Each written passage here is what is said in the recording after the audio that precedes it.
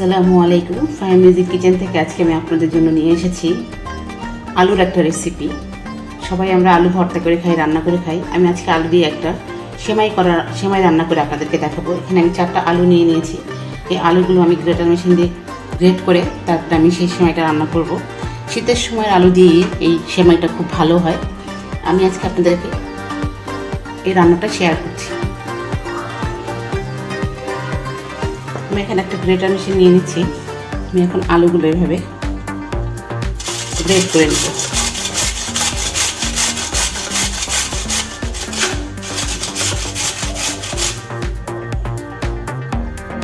আলুটা আমি এভাবে গ্রেট করে নিয়েছি। গ্রেটার মেশিনের এই যে চিকন সাইডটা আছে এটা দিয়ে আপনারা গ্রেট করে নিতে পারবেন। এটা দিয়ে গ্রেট করলে আলুর ইয়েটা খুব সুন্দর হয়, এরকম সেমাইয়ের মতোই হবে, একদম পাতলা পাতলা চিকন। এখান থেকে এটা দিয়ে আমি গ্রেট করে এখানে এই যে 4টা আলু আমি গ্রেট করে নিয়েছি। এখন এটা আমি ভালো মতো ধুয়ে নিব। ঠান্ডা পানি দিয়ে এটা আমি কিছুক্ষণ ভিজিয়ে রাখবো। 5 মিনিট ভিজিয়ে রেখে তারপরে ভালো মতো ধুয়ে 5 মিনিট ভিজিয়ে রাখার পরে ভালো মতো ধুয়ে আমি এটার ভিতরে যে একটা আলুর যে একটা কষ আছে সেই কষটা আমি ভালো করে ছাড়িয়ে নিয়ে তারপরে ভালো মতো পানিটা ঝরিয়ে খুব ভালো মতো পানিটা ঝরাতে হবে যাতে পানি না থাকে। যেহেতু এটা সেমাইয়ের হিসেবে রান্না করব, তাই পানি থাকলে রান্নাটা ভালো হবে না, বা এটা চুলায় দিলে এটা আমি ঘিয়ের মধ্যে ভেজে নিব, তো ঘিয়ে চুলার মধ্যে দিলে এটা ছিটবে। এই জন্য পানিটা খুব ভালো মতো একদম এভাবে করে চিপে চিপে বের করে নিতে হবে। এভাবে আমি 5 মিনিট ভিজিয়ে রাখবো। 5 মিনিট পর আমি ফিরে আসলাম। আমি একবার ধুয়ে নিয়েছি, আর একবার পানি দিয়ে ভালো করে ধুয়ে নেব।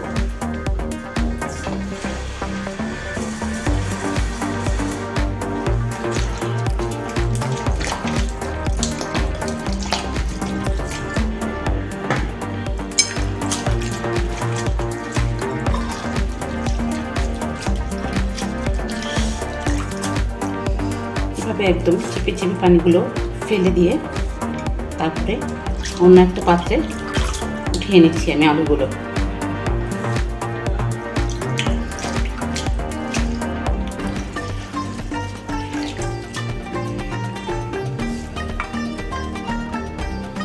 আলুটা আমি ধুয়ে ভালো মতো পানি একদম ঝরিয়ে পানিটা যাতে না থাকে এই একটা পাত্রে উঠিয়ে নিলাম। এখন আমি সেমাইটা রান্না করতে চলে যাব। আসুন দেখাই আমি কিভাবে আলুর সেমাই রান্না করব। আমি চুলায় একটা পাত্র বসিয়ে নিয়েছি। এখানে আমি চুলাটা অন করে দিলাম। এখানে আমি দিয়ে দিব 2 চা চামচের মতো ঘি। এই ঘিয়ের ভিতরে আমি আলুটা আগে ভেজে নেব।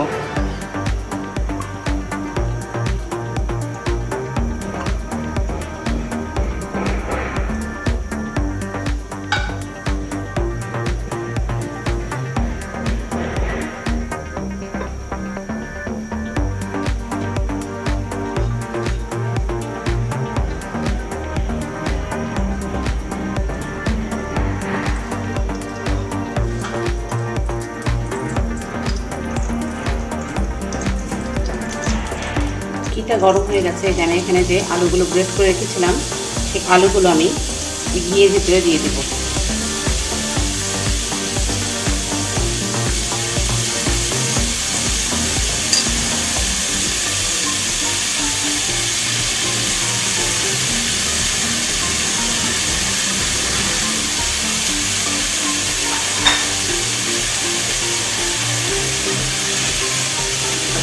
অল্প আছে আমি এই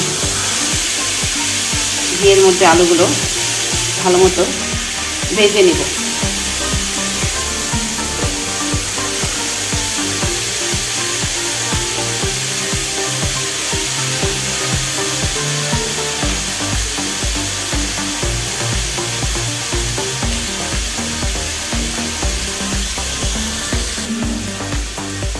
এখানে আমি কিছু গরম মশলা দিয়ে দিলাম, 3-4 টুকরা তেজপাতা, 4টা এলাচ এবং 2 টুকরা দারচিনি। এটার সাথে আমি ভালো মতো ভেজে নেব।